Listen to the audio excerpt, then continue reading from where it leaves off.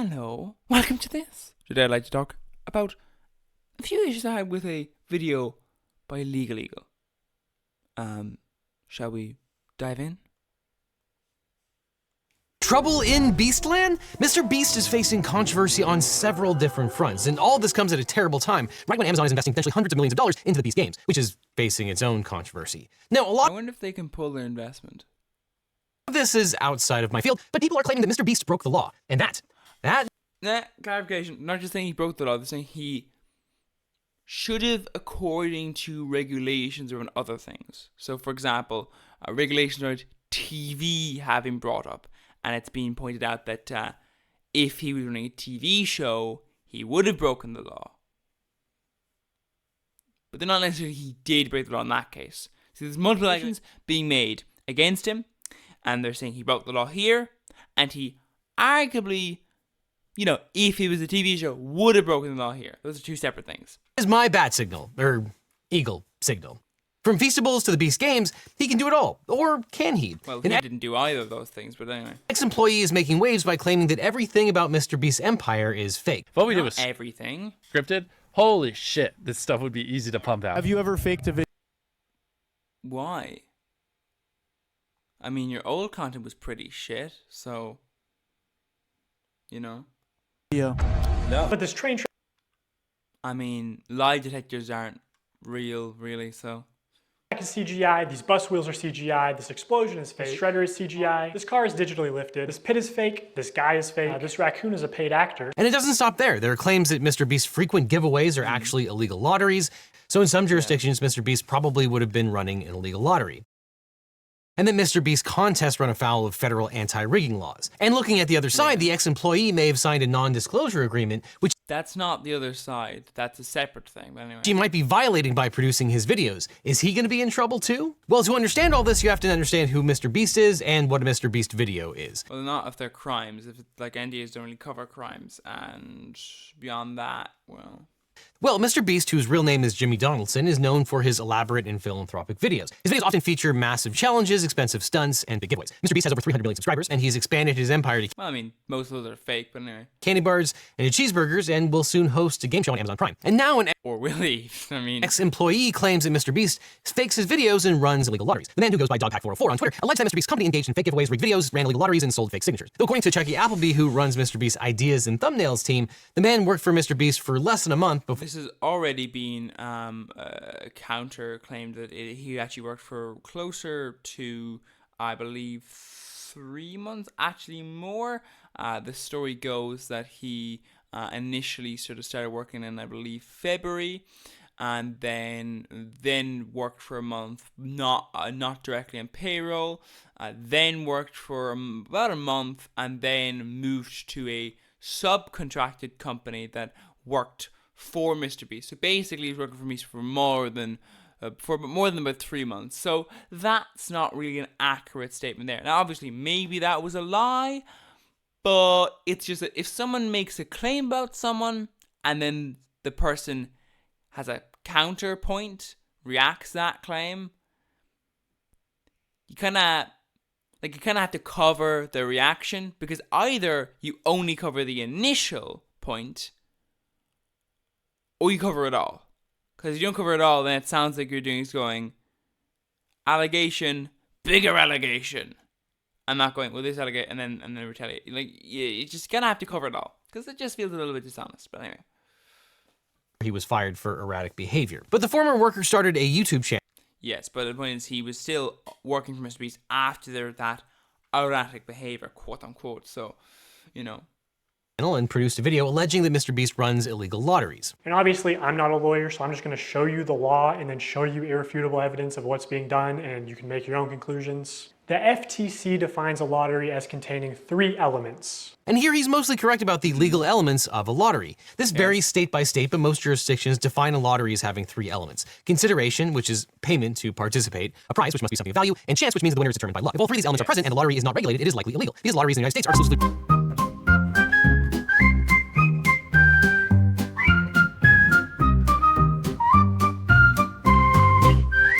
must be something something of value, and chance, which means the winner is determined by luck. If all three of these elements are present and the lottery is not regulated, it is likely illegal, because lotteries in the United States are exclusively run by the government. Now, this is in contrast to what I'll generally call a contest, which is not based on chance so much as skill or intellect. And that's why it's generally legal to have a prize for a contest, even when there's an entry fee, because it's not based on chance and therefore does not constitute a lottery. Lotteries are distinct from sweepstakes and raffles, which are legal. Sweepstakes are games where a person is chosen randomly to win a prize, and sweepstakes participants do not give consideration. Games where a person is chosen, lotteries are distinct from sweepstakes and raffles, which are illegal. Are illegal? Sweepstakes are games where a person is chosen randomly to win a prize, and sweepstakes participants do not give consideration to enter. And we'll talk more about this in a second, but the reason a sweepstakes is generally allowable in the context of buying something to enter is that there is an option to enter the same sweepstakes without a purchase necessary. And a raffle is an activity in which... That's always a bit dodgy, though, because legal claims can point out the fact it's like, well, you hid it. Like, if you hide no purchase necessary deep in the description, come on now. Come on. Foreshadowing is a literary device. We all know that that's nonsense. If you hide something deep in the description, no, you can't claim, but I said it, it's in the description. No. You can feck off with that, SHIT. That is in no way an accurate thing to just do. No, like that's just obviously a nonsensical position, because people are not going to look at the description that way. People are going to listen to your video. If you say, go to this website, blah, blah, blah, to enter, yeah, that's if they're going to do the call to action, they're going to do that call to action. They're not going to look down the description and read all the legalese. Especially people buy tickets with different numbers, some of which are later chosen to win prizes, that's organized in order to make money for a good social purpose. And raffles are generally only legal when they're conducted by nonprofits. So let's go back to the video that people are... Yeah, I mean, nonprofits are also a legal issue in the US, though, you know? You can just basically set up a nonprofit and just do some shady claiming things. is an illegal lottery. During a 2020 live stream, the Mr. Beast crew sold limited edition t-shirts that cost $42. The sign in the background says, buy a shirt and I'll sign it. For those of you who are just joining, if There you are over 60,000 shirts, by the way, which... buy one of our limited edition... I also know it means like, I'll sign it, like singular?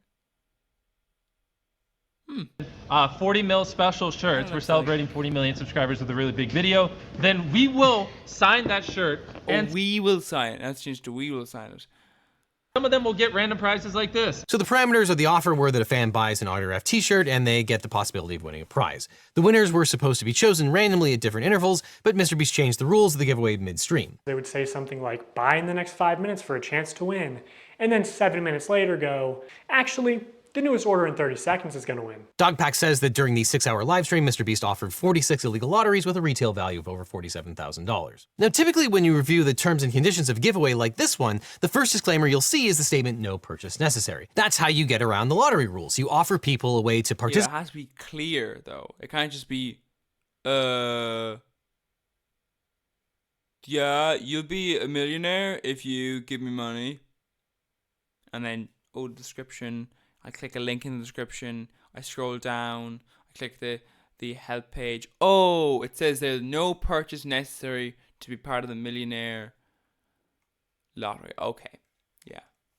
Participate in the sweepstakes without having to purchase anything. Now, Mr. Beast's 6-hour live streams look a little sloppy. They're not like the Mr. Beast videos of today. Oh, yeah. Well, the Mr. Beast videos today are not like the Mr. Beast videos of a couple of years ago. Mainly because they were shit in the past. Full video isn't available anymore, so we don't know whether there was a disclaimer in the video or in the description, but it does look like a purchase was required and there was no free way to enter. So in some jurisdictions, Mr. Beast probably would have been running an illegal lottery. And if true, he probably wouldn't be alone. This was frankly pretty common on YouTube back in the day. And it's also common for YouTubers to...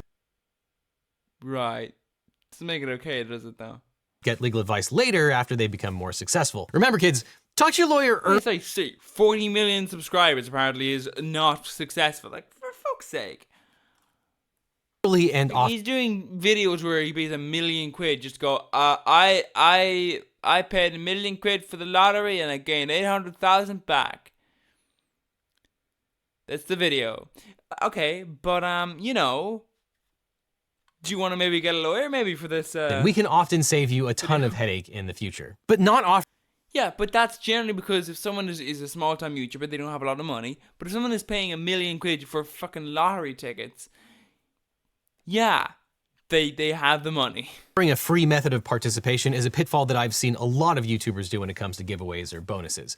It's so common, in fact, that a very large YouTuber, Captain Sparkles, even admitted to doing the same thing while he was talking about this Mr. Beast situation. I will admit to something here that may be past the statute of limitations, but the way that I found out about illegal lotteries to begin with is because I accidentally did one. Interesting choice for the green screen. Most YouTubers who've had a green screen in the past have dropped it because they realized, You know, if it were me, even if it were super common, I would not admit to breaking the law on camera. But, you know, you do you. That's more work for lawyers in the future. And a lot of private companies have gotten in trouble for doing the same kind of giveaway. The Department of Justice concluded that the Ironman Triathlon organization conducted an illegal lottery by charging athletes $50 for a chance to compete in its world championship. So the World Triathlon Corp, which runs Ironman, also encouraged people to pay an additional $50 to purchase memberships in a club that would increase their chances of getting into the championship race. They didn't offer a refund to people whose entries weren't chosen and gave them no future credit towards registration for those that were chosen. And the company ran this promotion for decades between 1983 and 2015. But as a result, the company agreed to forfeit the $2.76 million. I mean, that's not the worst thing Iron Man has done.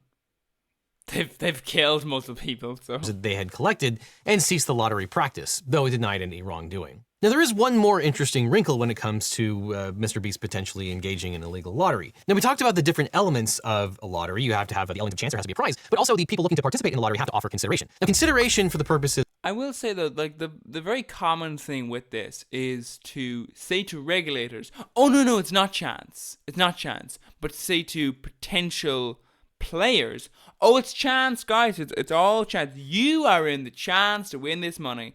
This is also a way you can sort of soft rig a lottery, where you're like, you know, you just sort of invite people who are very skilled, and then you say it's chance, but it's actually skill. And this is sort of a legal complicated area because, technically speaking, as long as it is skill, as long as it is really a contest, then it's like, you know, technically illegal. This happened back in the day with fantasy sports, where there was a sort of problem of, well, if you tell people it's skill based, they won't want to give you money because they don't have the skills. But if you tell them it's chance, then they will. But of course, if you tell them it's chance, then if it is chance, that's illegal. But of course, if it's said to be chance, but is actually skill, then it's legal because it's a contest, but also deceptive, which is, you know, it seems a little bit, lotteries is often construed narrowly. It does not need to include money. If a person has to make an effort to register, this can constitute consideration under the law. So for example, if you pay $42 for a t-shirt in exchange for the chance to win a prize, you've definitely provided consideration. And likewise, if you have to complete a long survey or make several trips to the store, many regulatory authorities also say that you've made a significant effort to get into a lottery. But not everything qualifies as consideration. If you mail a postcard to enter into a contest, the 50-cent postage does not count as consideration in... But that's because it's not going to the party. Because if you paid 50 cents to that party, probably would be considered. It's just that it's not going to that party. Therefore, you know. Most jurisdictions. So in another one of Mr. Beast's giveaways, he purchased 1,000 Samsung phones and gave them away randomly to people who subscribe to his channel. Now, whether this is an illegal lottery... What was that? Samsung phones and He purchased them, or was he given them, you know?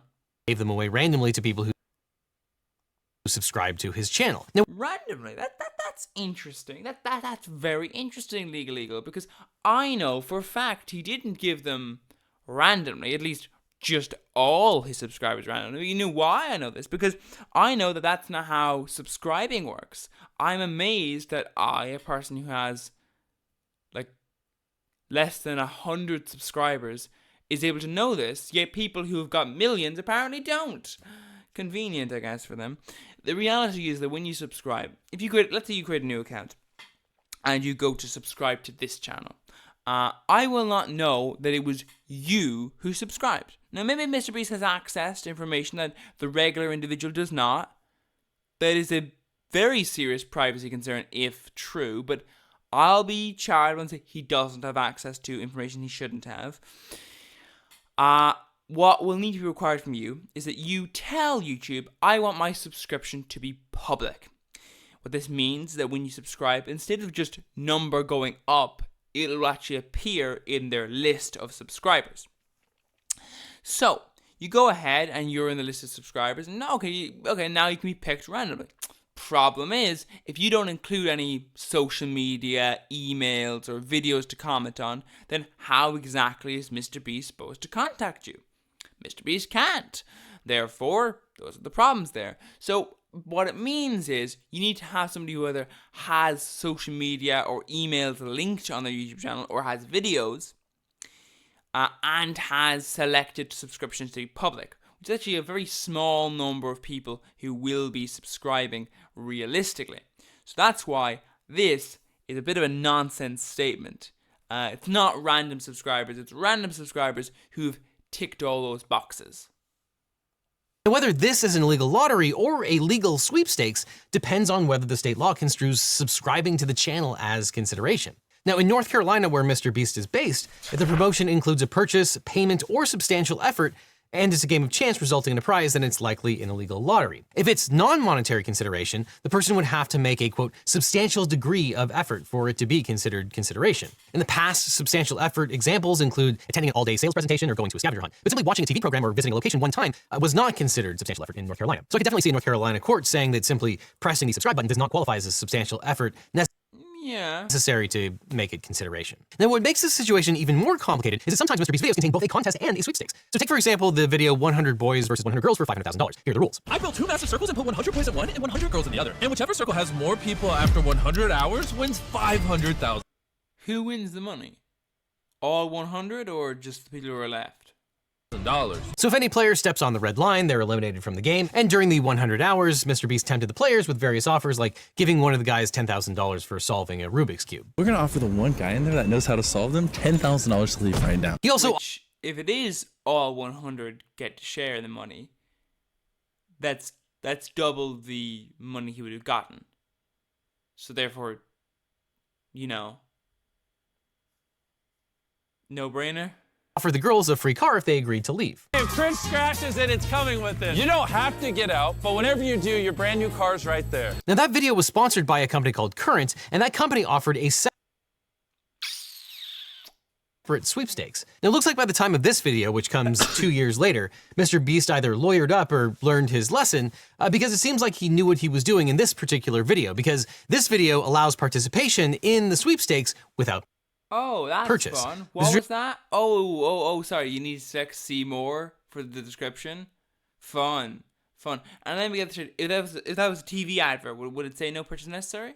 In the voice, would it say that? Is that what's legally required? See, you're already getting. And reads no purchase or payment necessary to enter. Like, who's gonna be clicking see more? To read the legal, or win.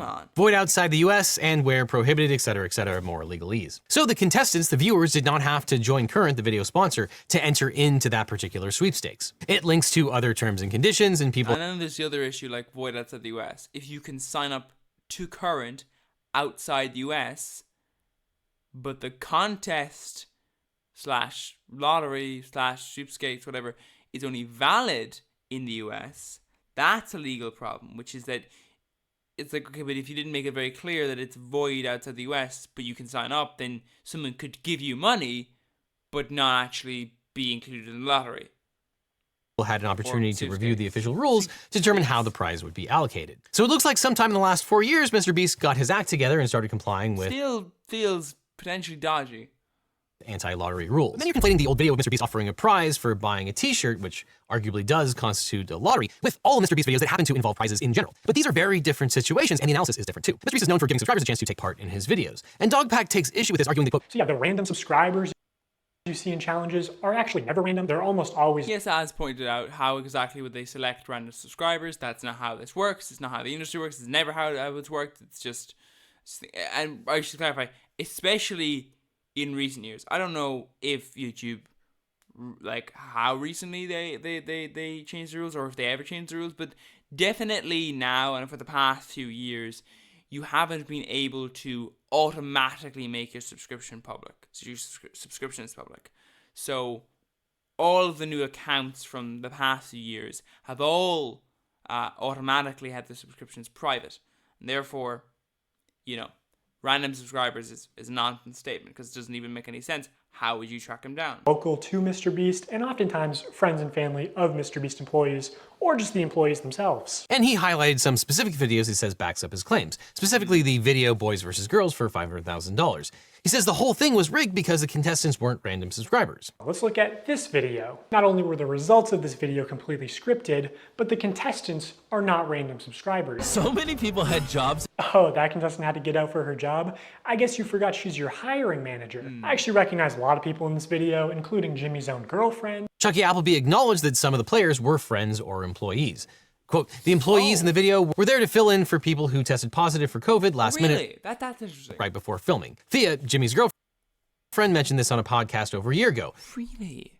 If it wasn't for COVID, they would not have been in it. They Really? had the same money on the line as everyone else. And Dogpack That's interesting, because there's this thing you can do, guys, which is called having backups. Having people, backup subscribers. You know, people do this in politics, for example. Like when a political party is running an election and they have, let's say, 500 different areas where there's going to be like elections, and they run those 500 candidates, yes, but they have another 500 to back up each and every single candidate. That's what they do, because that's what you do when you have any concept of running a proper organization. My God, how exactly do you not have people who are backups? How? Just how? How? also said that he received text messages from another Beast worker who said they had to rig the game so that the boys didn't win by so much. According to a former Mr. Beast employee, it would have been a PR problem if the boys had won by a lot. And because so many of the female contestants were Mr. Beast employees who got out immediately, production stepped in to actually make the results of the challenge closer. There's absolutely nothing illegal about using friends or acquaintances in your videos. And it doesn't necessarily follow I'm not so sure about that. That just because Mr. Beast might have known some of the people who appeared in his videos, that he rigged the videos in their favor. Now your mileage... No, but the point is he didn't select random subscribers, though. So that's not true. may vary as to whether it's a good or bad...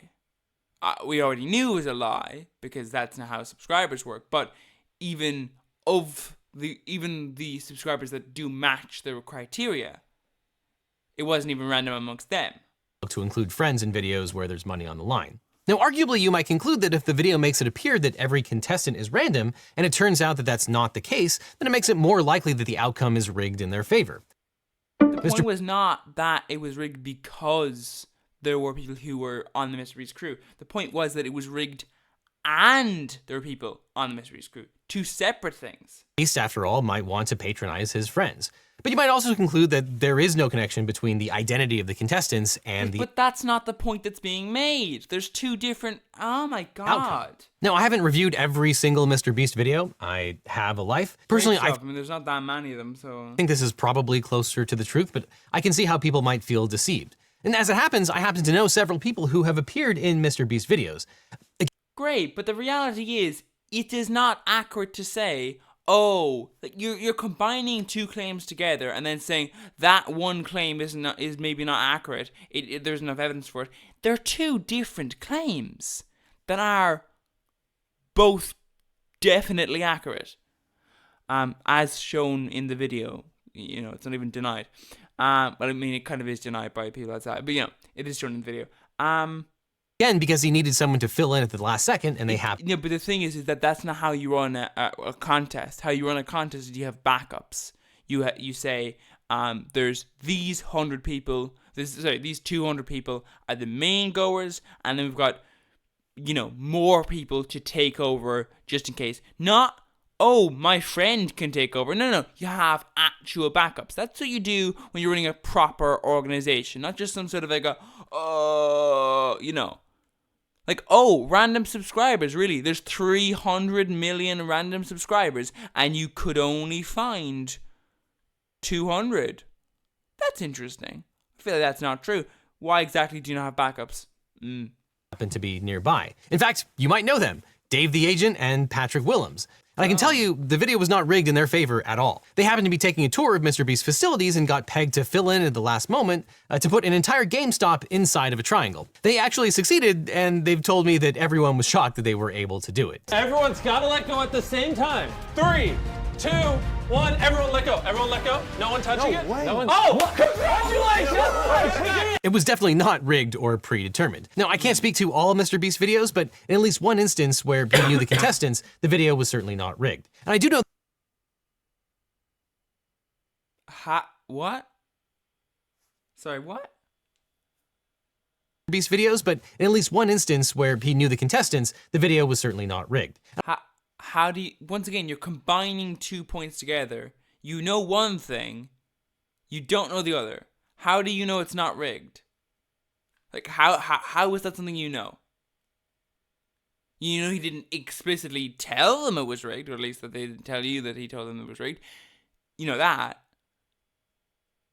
But that doesn't mean it wasn't rigged.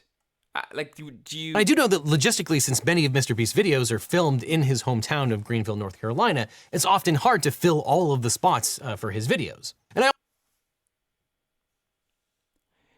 do you know how many times I've heard, we'll fly you out to North Carolina from watching it? It's a lot. Why didn't they do that then? My God almighty, what is with this BS? He has tens, if not hundreds of millions. And apparently hundreds of millions of subscribers. But no, it's difficult to fill. Have backups, for God's sake, and have actual people. I also know that Mr. Beast and his team invest in hundreds or thousands of cameras, producers, and video editors to be able to record and cull through thousands of hours of footage for his videos. And my feeling is that Mr. Beast will do whatever's possible to make the most engaging and entertaining video possible. But I certainly can't including rigging it. Speak to every video he's ever made, nor can I speak to the audience expectations of the videos that he does make. But let's say that the videos were rigged, completely manipulated, and predetermined. Would that be illegal? Dogpack alleges that Mr. Beast rigged the game so that the boys didn't win by so much. Mr. Beast changed the rules or offered different challenges throughout the 100 hours. At one point, he says he wanted to make the game more competitive by trying to introduce more boys to drop out. And in one sense, duh, this is a Mr. Beast video. He makes various offers and changes the rules to make things more entertaining. He manipulates the events to add drama, much like any game show where things occur to make things interesting. But here, let's make a distinction. There are the rules as laid out to the contestants before they participate, and the rules as laid out in the video. Now, you can imagine that the contract between the contestant and, Beast Enterprises lays out certain terms for the relationship. If it's too broad, it can be argued that it's not valid. Now, I've never seen one of those contracts. My guess is that it gives Beast Enterprises quite a lot of flexibility. Yeah, but if it's too broad, it can be argued it's invalid because there's certain things that no. Did you give them a lawyer to be able to look that over? Did you give them time to look that over? Did someone advise them on that? Well, what's going on there, If you just give someone a contract and you just tell them, sign this, and they sign it, it's always a dodgy thing to do. Generally speaking, you want to make sure that all the they've exhausted all their they knowingly sign a contract, not just I guess they signed it to deal with the contestant. But if they breach those terms, then they might be liable for breach of contract or maybe even fraud. And then there are the terms that show up in the final video after the filming.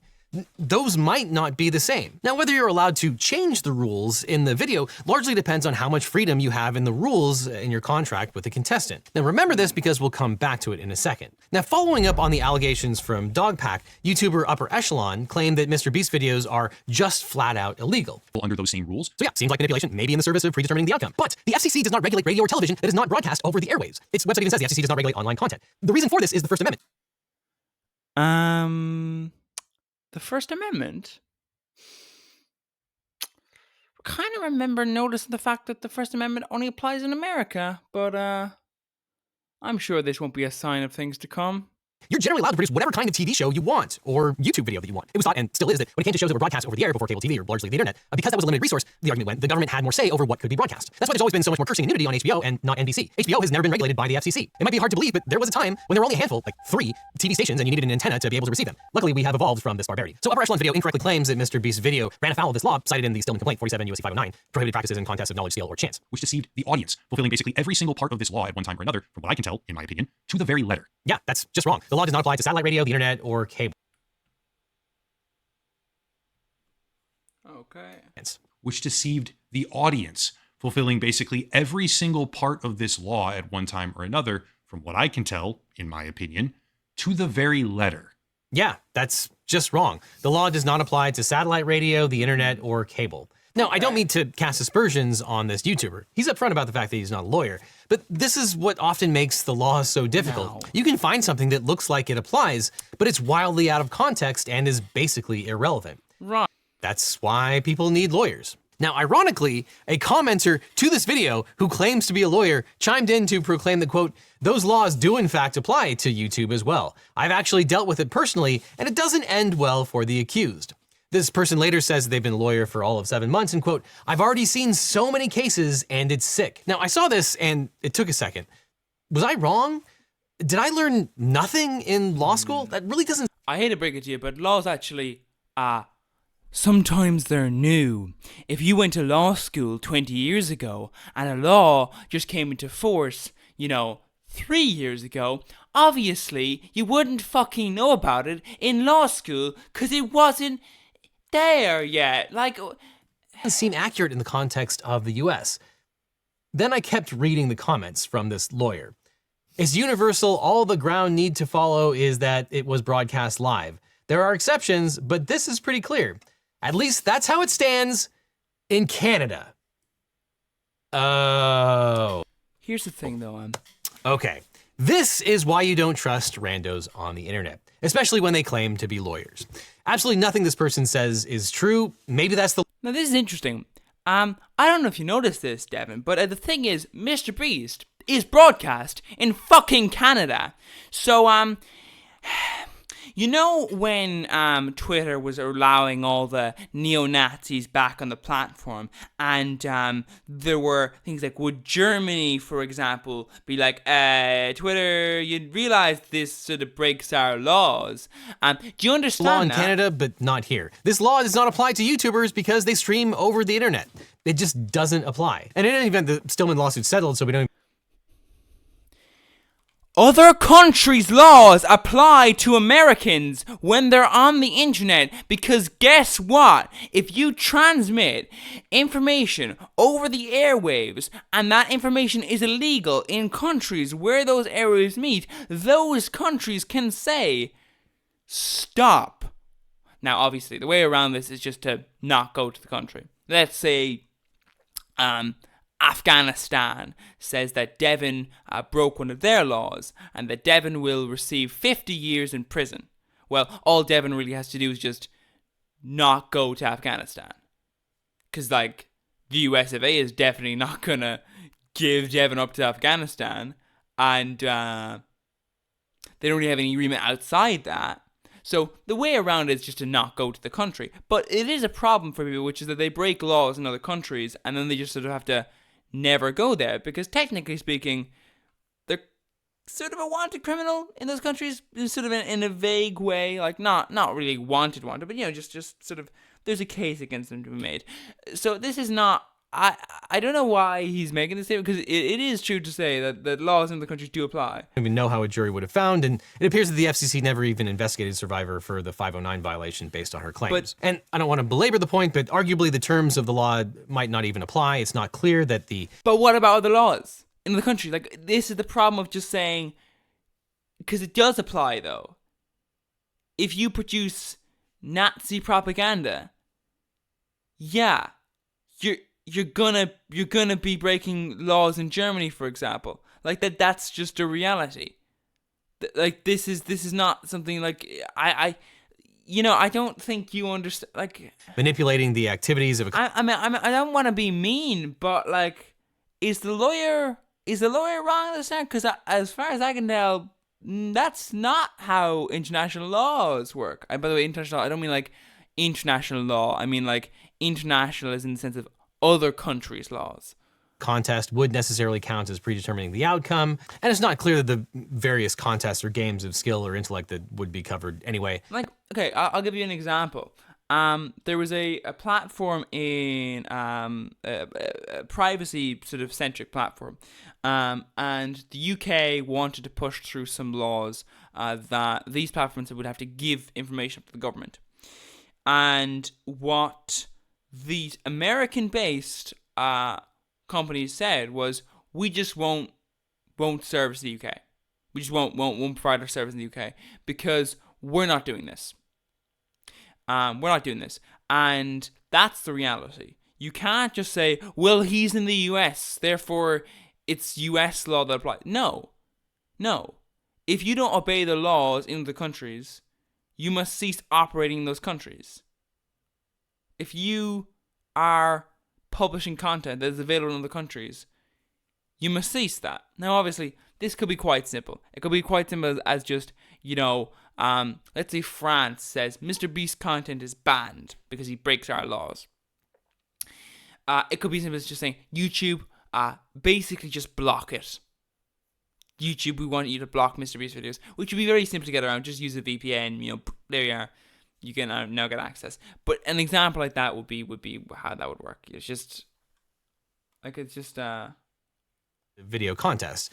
He says what he's going to do, and then he does it. As you probably know, game shows often change the stakes all the time, even on broadcast television. Now, whether any of the contestants have a claim for breach of contract or fraud depends on what was in their contract before they agreed to appear in a Mr. Beast video. Now, I don't know the term, so I can't say, but I'd be shocked if they didn't give Mr. Beast and Beast Enterprises a huge amount of freedom in what they can do or not do during the video. And furthermore, that would be a civil claim of the contestant versus Beast Enterprises. It's not a law that is broken. Maybe it's pedantic, but it's not illegal to breach a contract anyway. Now, ironically, it might be Dogpack 404 who's in hot legal water. Mr. Beast's lawyers have sent 2 cease and desist letters to the ex-worker. The lawyers allege that his statements are defamatory and violate his confidentiality and non-disclosure agreement. Now, generally, I hate these kind of strong-arm tactics to silence critics. This is exactly what Logan Paul is currently doing with CoffeeZilla. But the situation might be theoretically different from a legal perspective. This isn't just some critical third party, but a person who was an employee. They had a direct contractual relationship with Mr. Beast. So the contract terms will be just as important as the general law on defamation. Now, you probably know a non-disclosure agreement, or NDA, is a legal contract between at least 2 parties that outlines confidential material, knowledge, or information. Yeah, I'm a bit close, though. That the parties wish to share with each other for certain purposes, but want to restrict from wider access. The NDA essentially creates a Didn't you kind of imply that maybe he broke laws on legal lotteries? So, not actually something you can just do in an NDA? Confidential relationship between the parties to protect. Also, I don't know how exactly it would be valid as an NDA, though, because NDAs are only they're confidential information. So it's not confidential information. It's publicly available. It's a fucking live stream, for God's sake. You can't go, well, you talked about that live stream that we did publicly. The public live stream? The public one, yes, that's the one. You shared that. It's like, you shared that. Like, no, you can't really go, but you talked about it. It doesn't matter if it's public stuff, because then it's not confidential information. If you say that the CEO regularly releases bear spray into the office,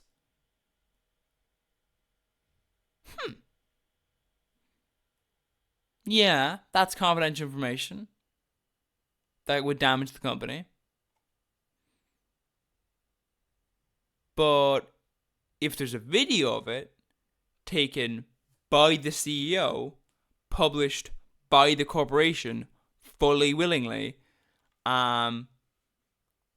information covered by the NDA. And usually that's any type of confidential or proprietary information or trade secrets. In this video, YouTuber Some Ordinary Gamer explained the purpose of an NDA. I hired you at our company, right? And I told you a secret about, something we're doing a month from now, a production that we have coming out in the next 2-3 months. If we hire you to be the editor for that video, and we had told you, hey, don't leak any of this at all, not a single ounce of footage. We want this for you to edit, we want you to put these videos together, and we want you to, basically have these ready to go up on our actual collaborative channel. If you decided to leak that footage, it would be well within our right to take you to court. Now, Munoz is right that a company could sue a person who violated an NDA by disclosing things about that production if those things are within the scope of the NDA. And he's generally right that an NDA cannot compel a person not to disclose a crime. If an NDA attempts to prevent someone from reporting illegal activities, the NDA might be considered void if it violates public policy. However, what constitutes a violation of public policy varies substantially according to the jurisdiction. Some states have adopted laws that strike non-disclosure provisions, which prohibit employees from disclosing unlawful employment practices such as discrimination, harassment, or fraud. North Carolina, where Mr. Beast is based, has not adopted such a law. The issue really becomes whether Dogpack witnessed anything that would be against public policy in the state that governs the NDA. So while it's true that NDAs generally cannot be used to conceal illegal activities, the person really has to have evidence of at least an illegal activity that would be considered against public policy to have an NDA against. And it doesn't seem like Dogpack has made any statements of witnessing anything firsthand that Mr. Beast did anything that was against the law. And now Mr. Beast's lawyers have sent 2 cease and desist letters to Dogpack. He appeared on Oompaville's show and declared that he isn't scared. How do you feel about that? Do you feel nervous? I would be shitting myself if I were you. No, I'm not shitting myself. Now, generally, I would agree. A cease and desist letter doesn't mean anything except the sender wants you to stop. But if he did disclose it... Yeah, it also is a very classic initial thing to a slap suit, where the person is fully aware that they will not win the lawsuit, but they're just like, you know... information that was covered by the NDA, then he could be in trouble. Now, it would be a breach of contract claim. So it's not against the law to violate your NDA, but it does mean you can be sued civilly for breach of contract. And there's no doubt that he's causing Mr. Beast's reputational harm. Whether that's warranted is up to you. But the NDA could contain a non-disparagement clause. A non-disparagement clause prevents a signatory from disparaging the other party for a certain amount of time, even if the things that they say are true or non-confidential. This clause is meant to stop the parties from making public or private comments that could harm the reputation or business interests of the other party.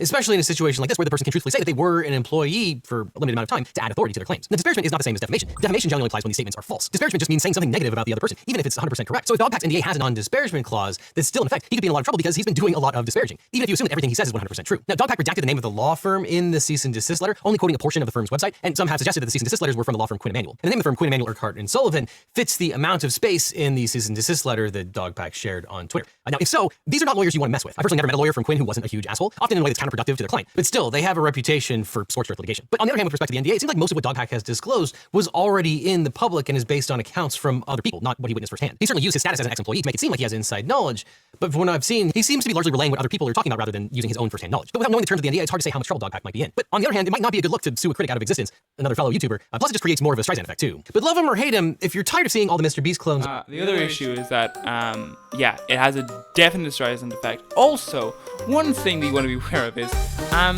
privacy, like anonymity, where like the New York Times, for example, or the Washington Post, or all these organizations often will do this thing. They will talk to people who may well have signed an NDA and a non-disparagement clause, but it's anonymity. So who are you gonna sue? Like, who are you gonna sue? So technically speaking, one way around this is just go, oh, fine, well, I'll stop doing it then. Hello, big YouTuber. Would you like to make a video on this with a former employee who's anonymous? Would you like that? Who has other former employees who are also anonymous who are willing to talk to you? Would you like that?